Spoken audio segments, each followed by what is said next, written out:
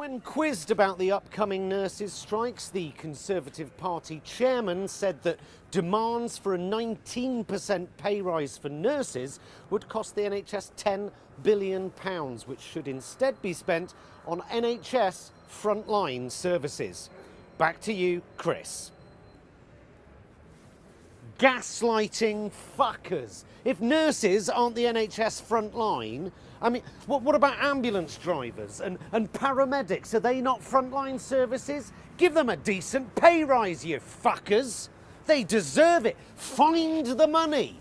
You all spring into action every time you crash the economy. You can find the money then, get round the table, make a decent offer. Instead, they're sending in the army, telling us the unions are holding the country to ransom. The unions? Can we all just be clear about this? Our last Prime Minister blew a £30 billion hole in the economy overnight. Test and traced cost us £37 billion.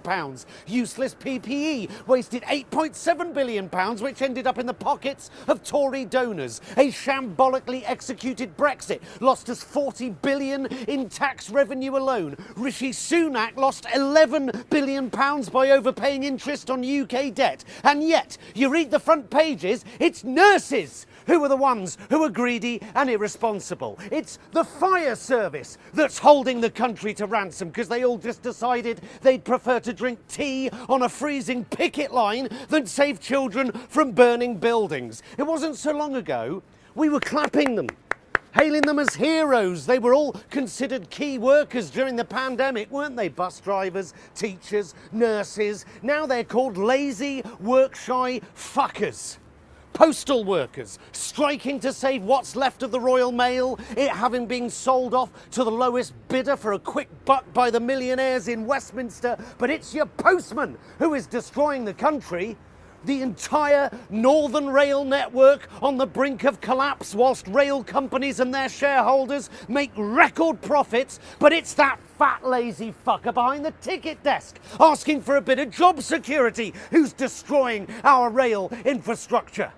25 to 50% of average households are unable to pay their bills this winter, whilst energy companies announce record-breaking profits. In 2021, Shell paid £0 on their oil production in the UK and received £100 million of subsidies in taxpayers' money. Working people are suffering at the hands of corporate greed and unbridled economic mismanagement, and this is why people are striking for better pay, conditions, and job security. Recently, the government gave us the Public Order Bill that even one Tory peer described as an affront to a civilised society. Crackdowns on peaceful protest is the purview of China and Iran, not British democracy, and yet these reactionary fuckwits tell us it's Scottish primary school teachers who are holding us hostage. The bastards who wrecked the economy, squandered our reputation on the international stage, sold off any and all of the country's assets for a quick buck, are getting their mates in the media to tell you that it's bus drivers, bin men, teachers, nurses, postmen, passport control workers and rail workers who are throwing the country to the dogs. Don't believe them. They are lying to you. Well, still some weeks ahead of Christmas industrial action, misery for commuters, patients and holidaymakers, frustration and anger at the unions for deciding